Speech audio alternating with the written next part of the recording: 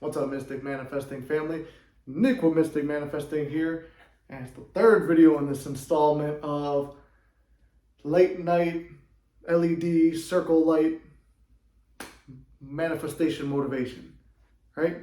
Alright. I already forgot the topic, hold on. Oh yeah, the power of inner speech and self-talk. Yeah, so this kind of goes more into all these videos I have, they kind of like tie into each other a little bit. So we talked about manifesting money. Money goes with self-concept, and self-concept stuff goes with what we're talking about now, is your inner dialogue and your self-talk. Like Neville says, what God gave man was the gift of mind and speech. We can imagine. Now, we don't know if animals can imagine stuff. They usually just, I don't know, they're programmed for survival. Our fear mind gets us programmed for survival. Think of the worst possible outcome. It's like probably from our caveman genetics back in the day. Oh, the lion might come, and if the lion comes, then he'll probably eat at least 3 people in the tribe. And since I'm not the fattest, I just have to be faster than the fattest guy in the tribe, and then I'm going to survive. But hold on, I'm like maybe the 4th fattest guy in the tribe. So if there's more lions and they're going to eat that guy, oh my God, or the saber-toothed tigers, I don't know, whatever. But like, you're in that state of mind of like fearfulness and worst case scenario. That comes from survival.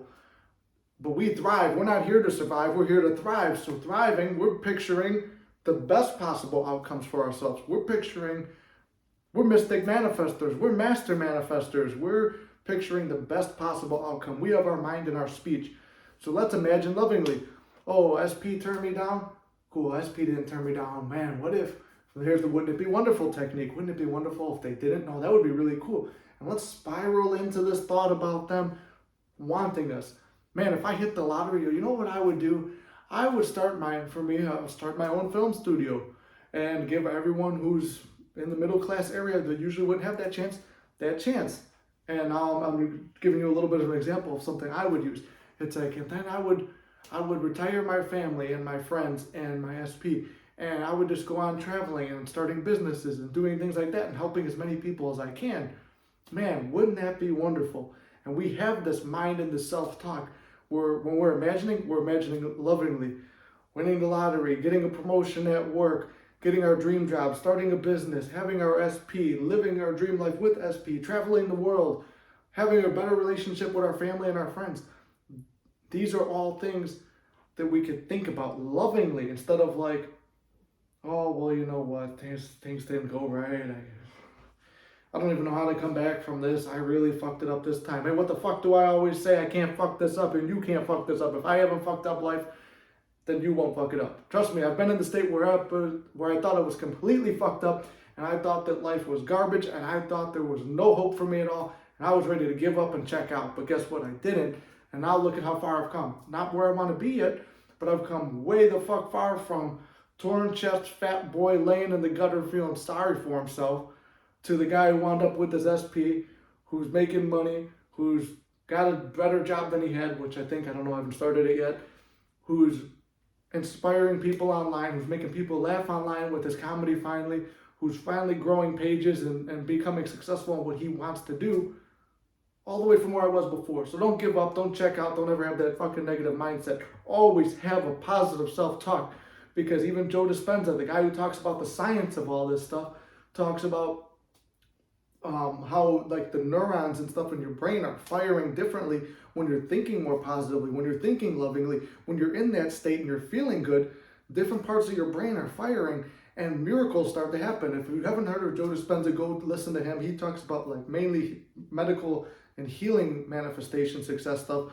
But I do know that there's little stuff about where he talks about like the SPs and stuff like that, not fully, that's not his focus, but or like money blessings and things like that. But he talks about the science of it. And why is it throughout all the ages? When you listen to the Stoics, they talk about the only thing you have control over is your mind, not outside circumstances. Because it is your mind. That's what you have control over. And if you can control your mind, that's the real mind control. Not someone spinning a little wheel and telling you, jump around like make monkey noises or bark like a dog. That's not mind control. Well, I guess that's more hypnosis, but that's not Somebody else, mind control is not about someone else controlling your mind. It's about you having control of your mind, you running your life, you visualizing and imagining the most loving, fun, possible outcomes to your life. It's about you talking only the best about yourself. Don't even do it jokingly. I come from a comedy standpoint where it's like I would make a lot of self-deprecating jokes. That's what kind of pulled me away from comedy a little bit, because your subconscious has no fucking sense of humor. It will take into it whatever you say, which is what I learned about a lot of comedians having depression, because it's taking into your subconscious whatever you're saying, even if it's a joke or meant to be a joke. Do not call yourself dumb, do not call yourself stupid, do not call yourself fat, do not call yourself ugly, do not call yourself any bad word. You could say it jokingly and not believe it. Like, I'm not saying like, oh, sometimes you can't joke around, but I would advise against it. Always, like Neville said, throw your hat high. Focus on the most loving thing. Even if you're not the smartest person in the room, I'm smart. But why does the Bible say, let the weak man say I'm strong? We talked about this in another video. If you're weak, say I'm strong. Even if you're not, you will slowly start to take actions to do it, because subconsciously your mind is registering that I am strong, I am smart, I am confident, I am bold, I am adventurous, I am not weak, I am not fat, I am not out of shape, I am not a loser, I'm not dumb. Because it's all about the consciousness of being it too. Neville even references in this book. Even if a person doesn't outwardly say they're dumb, if someone has said they're dumb and it's been impressed on them and they feel like it, then they're dumb. So you have to change your mindset. You have to say, I'm smart. If you have a negative story put in, then you affirm the fuck out of that shit. You get your mind in the right state. You do things to get yourself to feel better. Okay, maybe you don't think you're smart. Okay, what was a smart person do in your mind? Oh, they read books? Well, go fucking sit down and read Neville and become a master at learning all the different Neville techniques, Joseph Murphy, all the different manifesting things. It's obviously already something you like because you're watching this video and probably a shitload of other videos like this, right? So keep your mind in a sharp place. If you feel you're out of shape, go to the gym. So make that a consistent habit. Become disciplined with it. And I get it, you're taking 3D action, but guess what? It's going to sharpen your mind and make you feel more confident. Even if it's not the best workout in the world, you're going to feel more confident because you're doing something on the outside to make a result happen. And that's where someone asked me about magic the other day too. I know I'm kind of shooting all over the place, but it's like, oh, okay, what is that? Well, magic is doing a physical act in the 3D to trick your mind, because we're so used to doing something in the physical reality and then getting a result in physical reality. But that's all an illusion. It starts up here. The physical act, it just makes you believe that you deserve that outcome. So if you have to, go to the gym. If you have to, read more books. If you have to, study stuff that makes you feel better about a certain thing, or just change your mindset. Affirm positively for only the best self-talk that you can.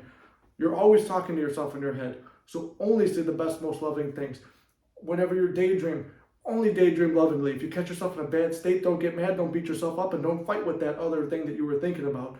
Focus only on the best possible outcome.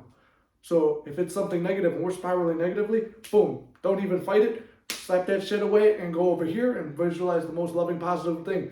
We start to drift back over here. Nope. Pull it back. Pull it back. We're like training a dog. Our mind is an untrained dog. And it's like we got that little leash where they pull away a little bit too much. Nope. Click. Stop it. And then pull back. And then give it some slack. And if it starts to go off the wrong way again, nope. Pull it back. Nope. Readjust. Go this way. We have to keep our mind unchecked. And we can't.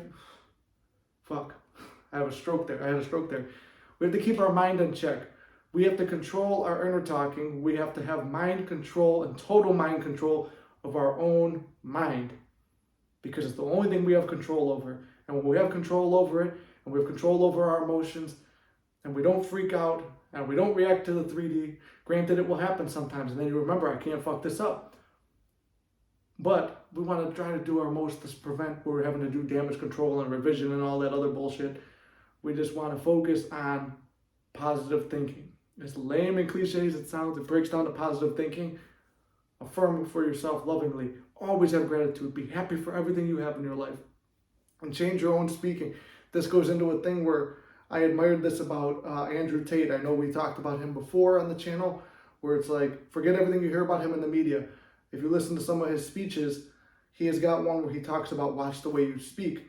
And I was like, well, I heard it, and I was like, this is actually a really good way to look at things.